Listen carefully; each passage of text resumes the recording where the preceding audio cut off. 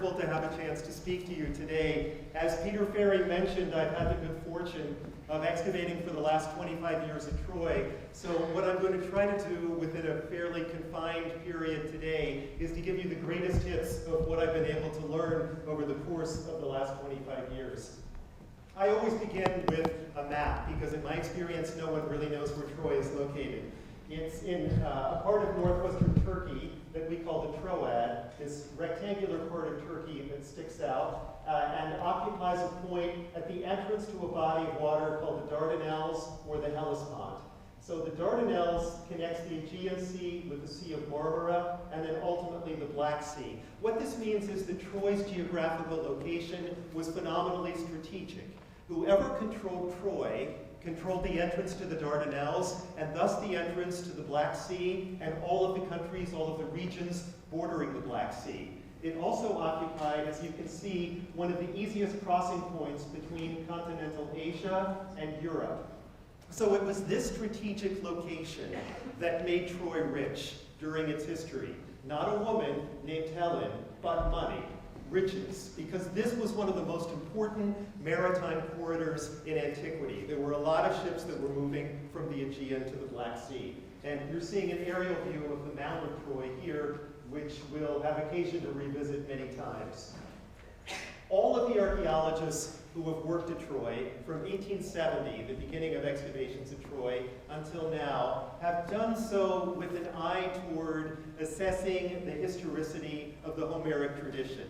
So did the war between the Greeks and the Trojans, as expressed by Homer in the Iliad, really happen? Is there any truth to this? And can excavating at Troy prove it? Is there anything in the archaeological record that will show us to what extent Homer was presenting a narrative account rather than just a story that he invented? And as we go through the Troad today, you again see Troy located here at the entrance to the Dardanelles, and the Troad here. As you go to the Troad today, you see echoes of this Homeric tradition everywhere you look, because this site has been identified as the location of the Trojan War at least since the 8th century BC, so that's 2,800 years. So when you go to the site of Troy, the first thing you see is a colossal wooden horse, and one can actually go up into the stomach, as the Greeks did immediately prior to the sacking of Troy, and look out. And if one were to go to Mount Ida, which is the mount southeast of Troy from which Zeus reportedly watched the events of the Trojan War unfold, you would find there every August a reenactment of the Judgment of Paris beauty contest, the world's first beauty contest, where, as you know, Aphrodite, Athena, and Hera all claimed title to an apple, a golden apple marked to the fairest. It was ultimately awarded to Aphrodite.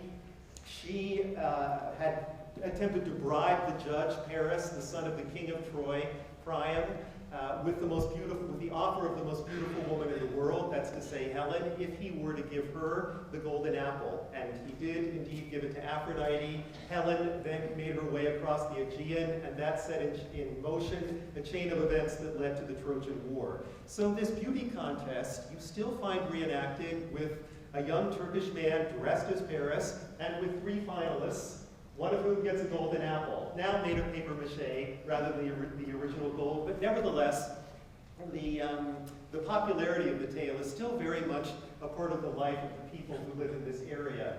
As I said, excavation started in 1870 with a man named Heinrich Schliemann, then continued at the University of Cincinnati, or with a team from the University of Cincinnati in the 1930s, from 32 to 38. And then my colleague Manfred Korfmann and I started excavations again in 1988. So again, we have just passed our 25-year point.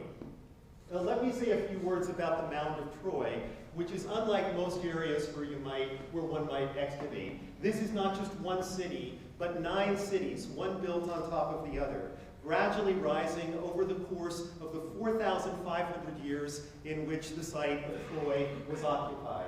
So when you look at the Mound of Troy, which I've enlarged for you here, seen from the air, this is in fact what you're looking at. 9 settlements, one built on top of the other. We did this map in the early 90s for Smithsonian Magazine. We wanted to show what each of the levels looked like at the period of greatest prominence. So Troy is founded around 3000 BC and continues until about 1500 AD, just after the Turkish conquest of the Byzantine Empire. And you'll notice that one of these phases is singled out for special attention, the 6th settlement of Troy, Troy 6, and I'll say more about that in a minute.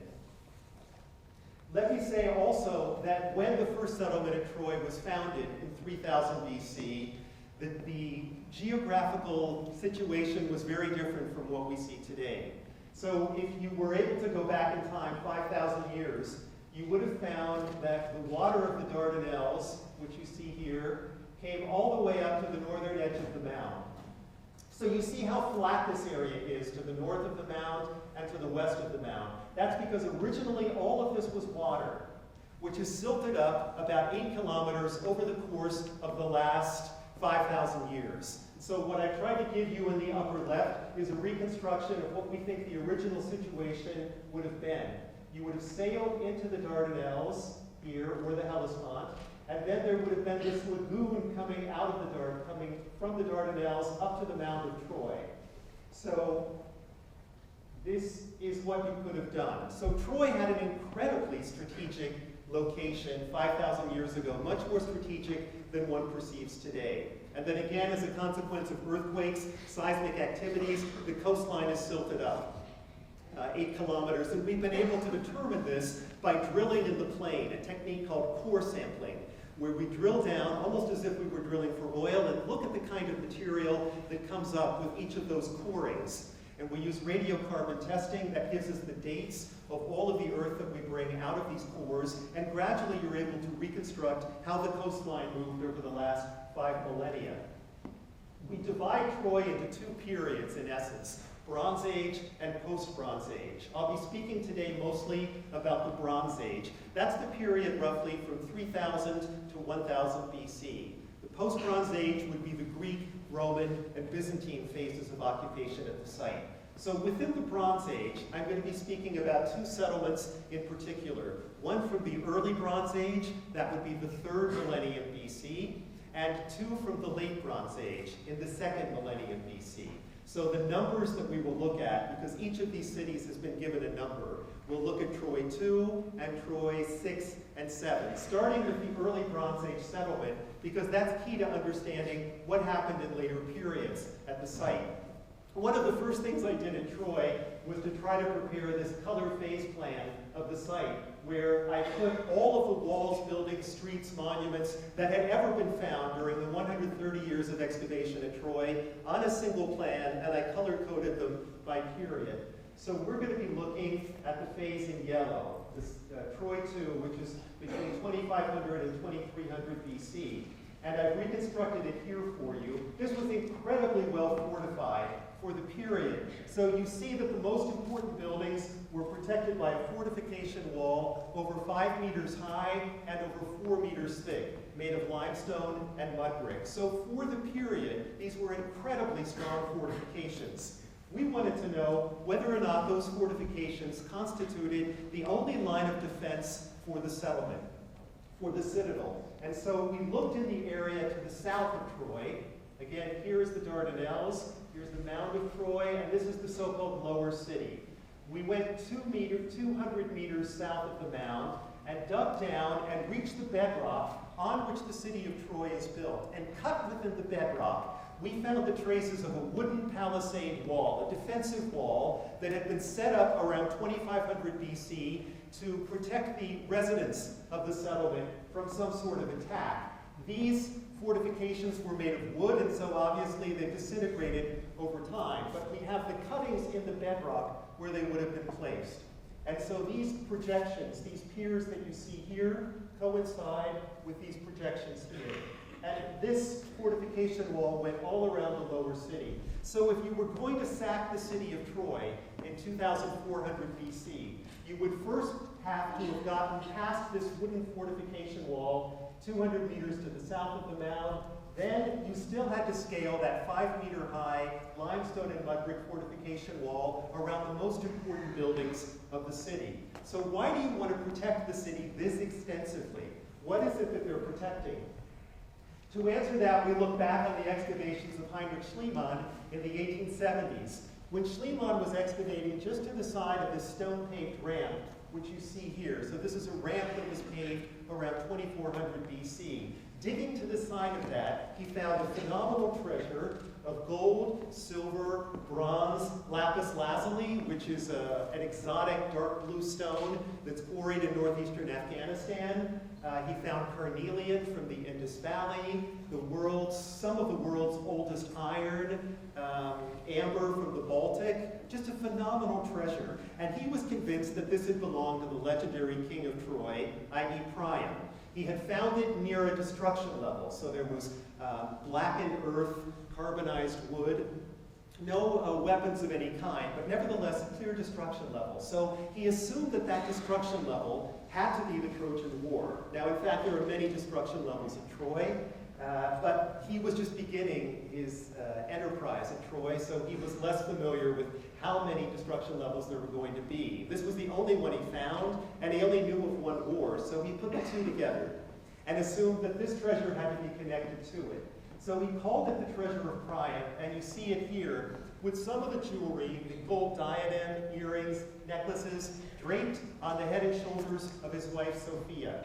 And then you see some of the other elements, a gold pin, a globular vessel, saucepoke, an axe made of this dark blue stone, lapis lazuli. Really an incredible discovery. And it made Troy and Schliemann famous overnight. And it also explained why the city was so well fortified. I should add that some of these elements were from such distances, such far away places, that for the first time we had a sense of how plugged in Troy was to the long-distance trade networks that moved from northeastern Afghanistan all the way to the Baltic. This was something that no one had ever realized before. Schliemann realized, though, toward the end of his life, that this treasure that he had found dated about 1,000 years too early for a time in which there might have been conflict between the Greeks and the Trojans. So he died realizing that his greatest discovery didn't prove what he thought it had proved. This treasure, by the way, was smuggled by Schliemann out of the Ottoman Empire, which was what Turkey was in the late 19th century. So normally when you find a treasure like this, you just sing to the rooftops. You call everyone you know, and because no one ever finds a treasure this elaborate. And Schliemann said nothing to anyone. He gradually smuggled it out of the country, took it to Greece, and then brought it to Germany, with the protests of the Ottoman Empire still ringing in his ears, and ultimately gave it as a gift to the German people. It vanished, the treasure of Priam, in 1945, at the end of World War II. And we all thought it had been melted down, which is a fate that befell so many ancient treasures. But it was discovered in the basement of the Pushkin Museum in Moscow in 1991. What had happened was that the Soviet soldiers who sacked Berlin at the end of World War II had orders from the Kremlin to take the treasure of Priam from Berlin to Moscow and to say not a word to anyone. And that's what they did. And no one talked about it for the next 46 years, until, as a consequence of the reforms of Mikhail Gorbachev in the early 90s, its whereabouts were made known. And I had a chance to talk to Irina Antonova, who was the director of the Pushkin Museum in Moscow in 1946, when the treasure was brought there by the Soviet soldiers who sacked Berlin. Believe it or not, she is still, to this day, director of the Pushkin Museum in Moscow. How's that for occupational longevity in the Soviet Union? So she is still making decisions about the treasure, as she had in 1946. And she's done all the right things. She's put it on display, so if you go to the Pushkin Museum in Moscow, this diadem that you saw Sophia Schliemann wearing in the earlier slide will now be on display here. In any event, Schliemann realized, as I said, that what he thought he had proved, he hadn't at all proved. And so it remained for his successors to try to identify whether or not there was a phase at Troy that could be linked with Homer's story of a war between Greeks and Trojans. Now, for this, I take you to Troy 6, which occupies much of the second millennium BC. That's the period from 1800 to 1300, and you see the walls of Troy 6, the late Bronze Age settlement, in red here. When you go to Troy now, once you get past that hideous wooden horse, this is what you'll see, the fortification walls of Troy 6. and you see our reconstruction of them on lower right. These were even stronger than the early Bronze Age fortification walls. So over 10 meters high, so that's about 35 feet high, and over 5 meters thick. So they were incredibly strong, again, for that time period, and again, constructed primarily of limestone with a mud brick superstructure. So what you're seeing here is analogous to what you're seeing here, and also this tower that you see on the plan is this tower that you see here. So sacking the city would have been incredibly difficult in the late Bronze Age, but here too, we wondered if there was a second line of defense that was intended to protect the residential district. So again, we went to the lower city. Now let me just orient you again. Here is the Mound of Troy that I've shown you several times. Here is the trench that Heinrich Schliemann dug through the center of the mound in the 1870s. And this entire area is what we call the residential district, or the lower city. This was the area I wanted to investigate. To excavate this entire area would take many lifetimes and many millions of dollars. And so what we did was to use remote sensing techniques to explore it. In other words, we use a technique not unlike radar, although in our case, we use something called magnetic perspection, where you take a machine that looks like this, and you walk along a pre-ascertained grid over the entire area, pressing a button on that machine every 5 meters. And that will measure variations in the magnetic fields of buried objects. So after you walk throughout this area using this machine, and this took us years, it's not a matter of days because it's a very complex enterprise, we had enough magnetic anomalies to get a map that looks like this. So again, here's the Mound of Troy. This is in fact the same photo. This is the Mound of Troy here, the lower town, and then what I've done is to superimpose our remote sensing results on that photo of the lower town. And you're seeing here almost like an X-ray of the Earth. It shows you all the subsurface features that are still in existence, as long as they're not deeper than 2 or 3 meters. And so you're seeing here the streets of the Roman city. These are all nicely organized at right angles. All of these were laid about 2,000 years ago. And we know of the entire city plan just by using remote sensing, this special technique that doesn't require excavation. And we got some very unusual readings down here, about 400 meters south of the mound. So we dug it, and we found a giant bedrock fortification ditch. So a giant defensive ditch that had been cut, again, out of the bedrock on which the city of Troy was built. This is not unusual to have. We have a number of these rock-cut ditches that were set up to protect cities in Anatolia, in ancient Turkey, in Syria, and the Levant. But this is the first one that had been recorded at Troy, and we subsequently dug all around the perimeter of the lower city, and we found the ditch present in all of these trenches, going all the way up to the fortifications of the mound. So this is what we think it looked like. Again, a ditch fronted by a wooden fortification wall that had an earthen embankment behind it.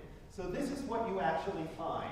And as you see, we're just under the surface. We're only a meter under the surface. Here's the bedrock, here's the ditch, and here is a gateway through the ditch, which is what we've reconstructed over here. So in other words, for the late Bronze Age settlement of Troy, 1400, 1300 BC, you would have had to have gotten into and out of the ditch if you were an attacker, and then over these wooden fortification walls at the southern edge of the lower city. Then you had to run 400 meters, so 1,400 feet. Then you had to get over the 10-meter-high fortification walls that protected the most important buildings of the citadel, and then you could sack whatever you wanted. But that was an incredibly strong system of defense that's duplicated by very few other sites in this period. This discovery was an exciting one because there are references to fortification ditches cut out of the bedrock in the Iliad. So in Iliad 7, you see the references here. We must dig a deep ditch encircling the camp. Now this is the Greek camp that had been set up outside the citadel of Troy, not the Trojan camp, but it's the same system of defense. And then a little later in Iliad 7, they do the same thing. The Greeks dug a deep ditch, graded wide, and fixed sharp stakes inside it. So it's the same sort of fortification system that Homer is writing about, as we now have archaeological evidence for. No matter how sophisticated your defensive systems are, they won't protect you from natural disasters. And there was an earthquake that struck the site around 1300 BC. After that, everyone who lived outside the mound, outside the citadel, moved up inside the protection of the highest of the citadel walls. So they moved up to the main nerve center of the settlement so that they would achieve greater protection. And they put these giant storage vessels in the floors of their houses. So you see some houses had as many as 3 or 4 or even more giant storage vessels, or pithoi, as we call them. So if we were to dig around these mouths of the vessels, these are the kinds of vessels that we would find. They did this, think of them as pantries. They did this so that they didn't have to leave the protection of the citadel more often than was absolutely necessary. Nevertheless, there was an attack. Shortly after 1200 BC, we would date the attack to about 1180, or I should say armed conflict, because we're no longer certain that it was an attack. So from the strata, from the levels dating to this period, early 12th century BC, we have in some areas up to 5 feet of blackened earth, carbonized wood. In this area we have arrowheads. You see some of the arrowheads here. Piles of sling stones, because slingshots were a major component of defense and of attack at this point in time. And it's clear that there was some sort of armed conflict. The question was, who attacked Troy and what happened? We would be able to answer this question more easily if we had more writing from Bronze Age Troy. In spite of all the earth that's been moved to Troy since 1870, only one piece of writing of Bronze Age date has ever been found. We found it in 1995. You see it here. This is a bronze seal that's inscribed on both sides with a language called Luvian, which is a language, a script that was used by the Hittites, a group that controlled more or less all of Turkey or what is now Turkey, in the 2nd millennium BC, from their capital at Hattusha, which is not so far from the modern Turkish capital of Ankara. And as you see, everything in blue here is what the Hittites control. Now, although we have very little writing from Troy, there's a lot from the capital of the Hittites at Hattusha, because the inscriptions at Troy are probably on wood. Those at Hattusha, the Hittite tablets, are on clay, and those have survived. What we've learned is that Troy, or Ilion, which was its other name in antiquity, was called Wilusa by the Hittites. And we have a lot of Hittite texts that speak of what was going on in Wilusa, or Ilion, or Troy. So we can reconstruct more of what was going on in antiquity around the time of the so-called Trojan War than we ever could before. What we find is that there was really the first of a series of east-west conflicts here. So the Greeks, the Mycenaean Greeks, who were called by the Hittites the Ahiawans, which is just the Hittite word for Achaeans. So the Achaeans, or the Mycenaean Greeks, were claiming part of what is now Western Turkey for themselves. The Hittites were doing the same thing. So you have the Hittites going to the west coast of Turkey, the Mycenaean Greeks going to the west coast of Turkey, and fighting breaking out between the two of them. And this happened over and over again, as we can tell from the tablets. One of the tablets that we have, this one, speaks of a treaty between the Hittite king and the ruler of Troy, specifically between the Hittite king and Alexandru, ruler of Wilusa.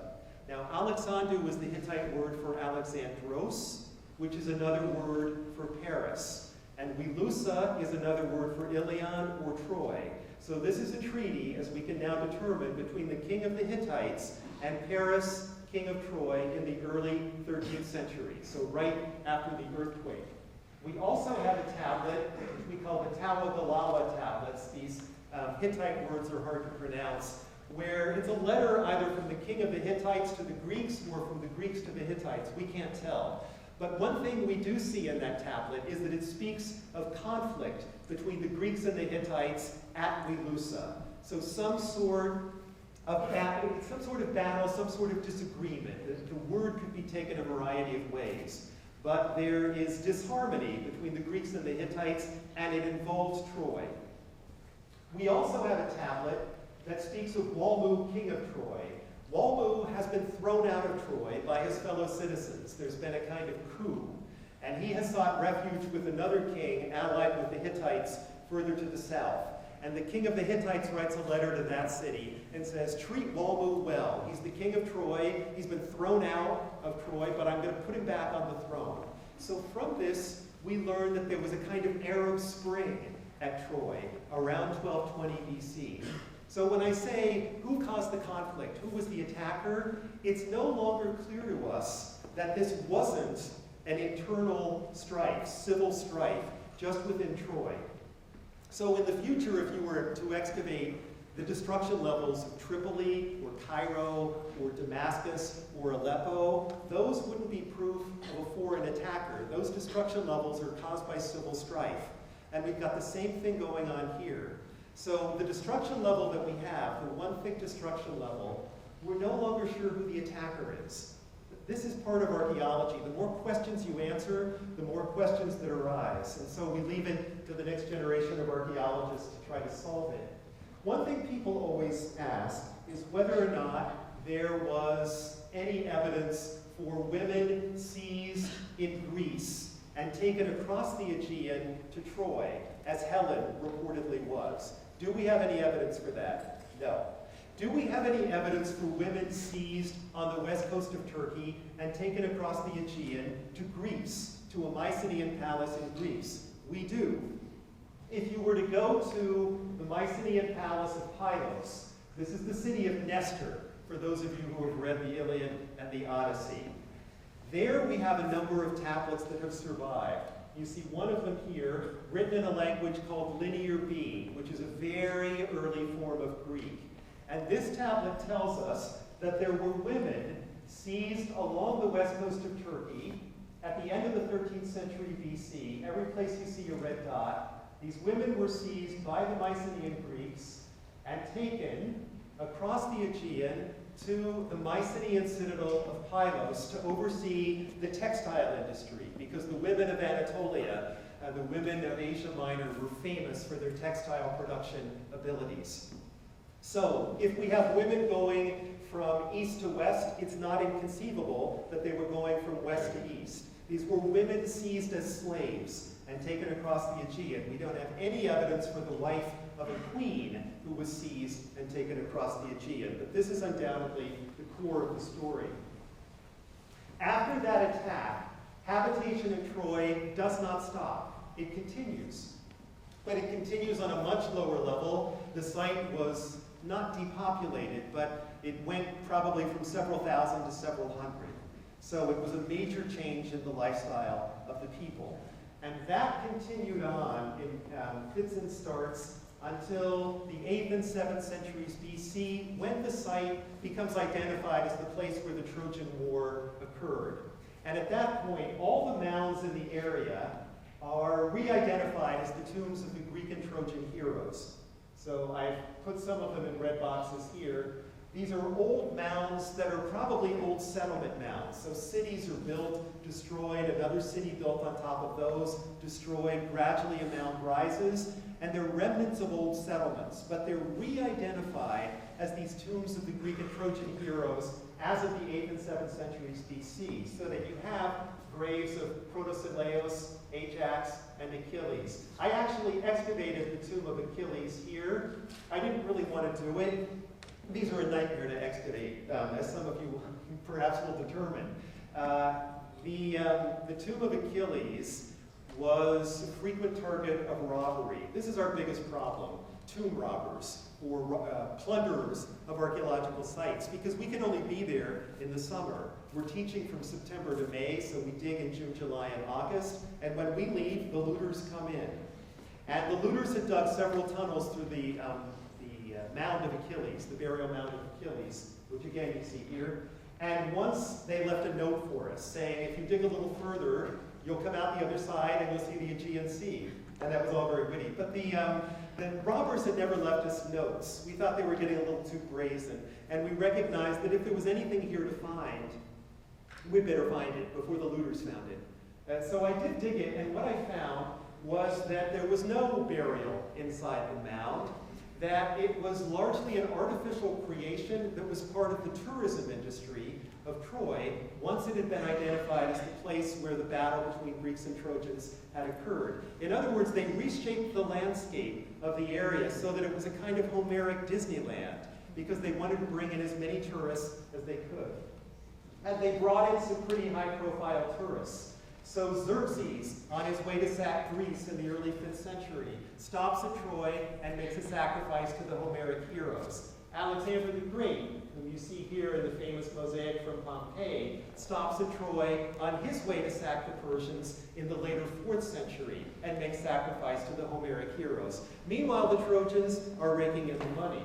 And this was especially profitable during the Roman period, because the Romans claimed descent from the Trojans. About 300 BC, that claim of Trojan ancestry had been established. And so the Roman emperors gave a lot of money to Troy for buildings, repairs, etc. And as a result, the Trojans set up statues of the Roman emperors to thank them as an expression of their gratitude. And I've been fortunate to find some of these. So you see a head of Augustus that I found actually on my birthday, the nicest birthday present I ever received. Augustus was the first of the Roman emperors, ruling from 31 BC to 14 AD, and he claimed descent from Aeneas, the noble whom you're all reading about Aeneas probably, or you will, from the Aeneid, the noble Trojan hero who escaped the burning city of Troy prior to its destruction and made his way gradually to Italy. That was the Julian family, and that was Augustus's family, so he in particular showered a lot of attention on Troy. It's at this period where they start redoing the coinage from the site, so that the coins struck here show Greek and Trojan heroes. So you see one of the coins from Ilion of Hector throwing fire at the Greek ships. And because the emperors kept showering money on Troy, Troy kept setting up statues of the emperors. So next to Augustus, I found one of Hadrian. He ruled the Roman Empire in the early 2nd century AD. You see it as I found it, so this is me. As I found it, the head had snapped off, as had the arms, but we were able to put most of it back together again. All of these emperors regarded Troy as the mother city, which is why it was benefiting so substantially from this connection. Although Troy was destroyed by an earthquake around 500 AD, that wasn't the end of the Trojan tradition. Everybody claimed descent from Troy once we get into the Middle Ages. So the Goths claimed descent from Troy, the Venetians, the Franks, the British, even the Turks, all claimed descent from Troy, as the Romans had done.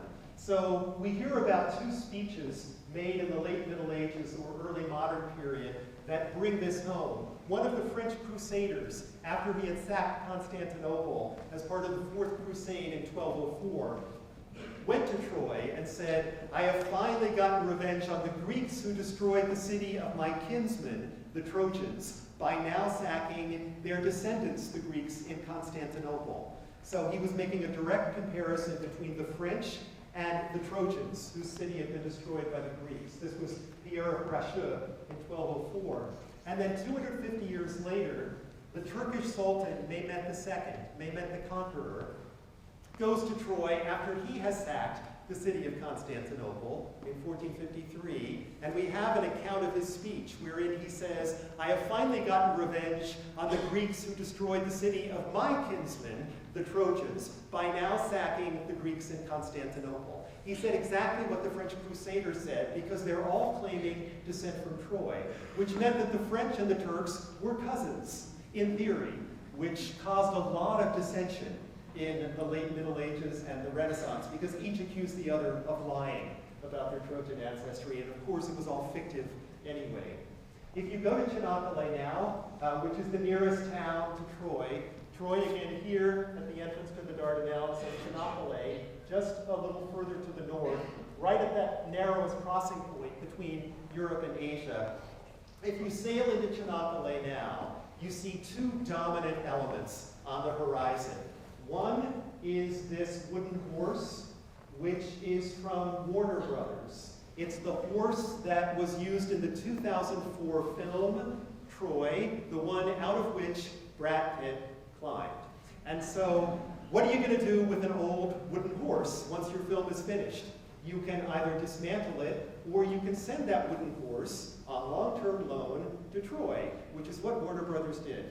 So we have the original Troy horse, and it's intended, so there's a plaque here that talks about Brad Pitt, and it's intended to remind you of the wars between East and West, between Greeks and Trojans that reportedly occurred 3,200 years ago. And then right across from the horse, right here on what we call the Gallipoli Peninsula, you see a memorial to the Battle of Gallipoli from World War I, which occurred in 1915, the last of these big battles between East and West that took place in this area, where you have the French, the Australians, the British, New Zealand forces against the Turks. This was, of course, a terribly bloody war, which brought a phenomenal number of deaths on both sides. And the inscription that you see cut into the hillside says, "Dur Yolju," stop traveler. This area through which you pass witnessed the end of an era. And it's highlighting the last of these East-West conflicts. It's interesting when we look at Troy, we see really a city that could look alternately east or west or in both directions simultaneously, depending on the prevailing political, social, and economic circumstances. So it has a kind of bilingual identity, a kind of schizophrenia that you don't often see in an ancient city. Digging all of these destruction levels at Troy, and I dig them from the 3rd millennium BC all the way up to the Battle of Gallipoli, because the top of the mound of Troy has, on occasion, unexploded shells from the Gallipoli campaign. The Turkish soldiers were stationed on top of Troy because it had such a good view of the Dardanelles. So digging destruction levels for a very long period of my life made me think more deeply about destruction, plundering, and the threat to cultural heritage. And this is something that I really focused the last 10 years of my life on, trying to find a way to protect the antiquities and the settlements of areas where armed conflict is in operation. I just wanted to show you an example of how bad it's gotten. Of course, the antiquities of Iraq, many of them have been destroyed. It's been even worse in Afghanistan. This is Syria. This is just in the last few years. This is a Roman site called Apamea, one of the great Roman sites of the ancient world. This is what it looked like in 1911. This is what it looks like now. Each of these is a pit dug by a looter. So the entire city has been destroyed.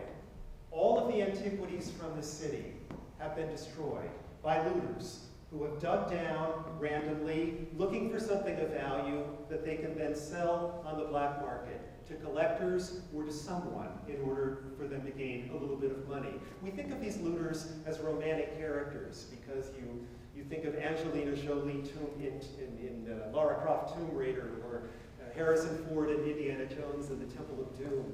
These looters are not romantic characters. They sell antiquities and guns and drugs and women and children to make money. That's what they do. There's no romance here. What they're steadily doing is murdering ancient history. And so that is why I've spent some time going to Iraq and Afghanistan, lecturing the troops on the importance of protecting cultural heritage, and so trying to ensure that there will be a future for the past, so that those of you who choose to become archaeologists in the future have some questions still to answer. Thank you.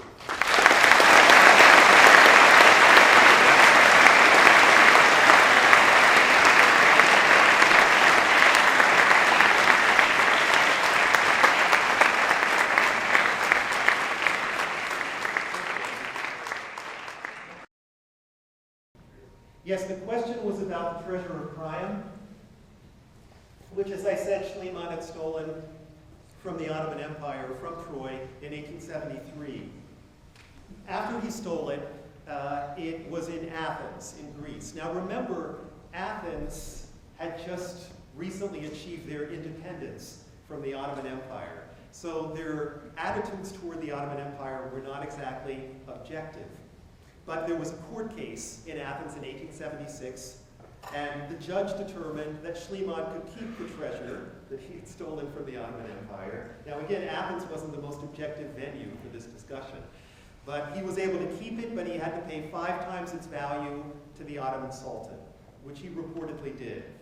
So if you accept the legality of that court case, which is very hard for me personally to do, then it belongs to Germany, and Germany would urge you to follow that point of view. They have asked the Russians to return it, and Russia has said, we'll return what we've taken from you in World War II if you return what you've taken from us. And Germany has said, we've returned it. We've returned everything we've taken. If there's something that we had that we haven't returned, it was destroyed by the bombing at the end of World War II. And Russia has said, we don't believe you. And there was a meeting of all of the key players in New York in 1996. There was a conference called Spoils of War. And Irina Antonova, this senior citizen who was still director of the Pushkin Museum, was there. And the German foreign minister stood up and said, Madam Antonova, give us back our treasure. And she said, I still remember your bombs falling around my house during World War II. You bombed my family. I mean, you could have heard a pin drop. No one could say anything, least of all the German foreign minister, who quickly sat back down. So it's almost too charged a situation for there to be any movement. Russia has put these antiquities on display in a brand new room in brand new cases that cost a lot of money. So they're not planning on repatriating the treasure of Priam to anyone anytime soon. Has any of the recent unrest in Turkey affected my research? It hasn't, but just barely. Last summer was a bad summer in Turkey. The politics, you know, an archaeologist has to be really receptive to the politics of the area in which he or she is working. Last summer, there were, in theory, it was a dispute over a park being leveled to build a shopping mall in Istanbul. But it was a larger issue involving what many regarded as a tyrannical government. They felt that the governing party had been in power for too long, and there were massive protests against it. So there was a lot of tear gas in all of the cities. Now, I mean, little tear gas doesn't bother me. I've been tear gassed before. Peter and I were tear gassed once. That was in Rome. It had nothing to do with us. We were, studying classics, on a Stanford program. We were doing everything right, but the Red Brigades were rioting in Rome in 1977 in the wrong place at the wrong time. But it got ugly. I mean, there were people who died. A lot of people were injured. Where I excavate now is far enough from the cities that it didn't spill over into where I was working. But this summer I expect is going to be a little more difficult than last summer was. All of my friends who dig in Syria have had to leave. All of my friends who dig in southern Iraq have had to leave. Everyone I know who dug in Afghanistan has had to leave. So we hopscotch the country somewhat, depending upon political turmoil.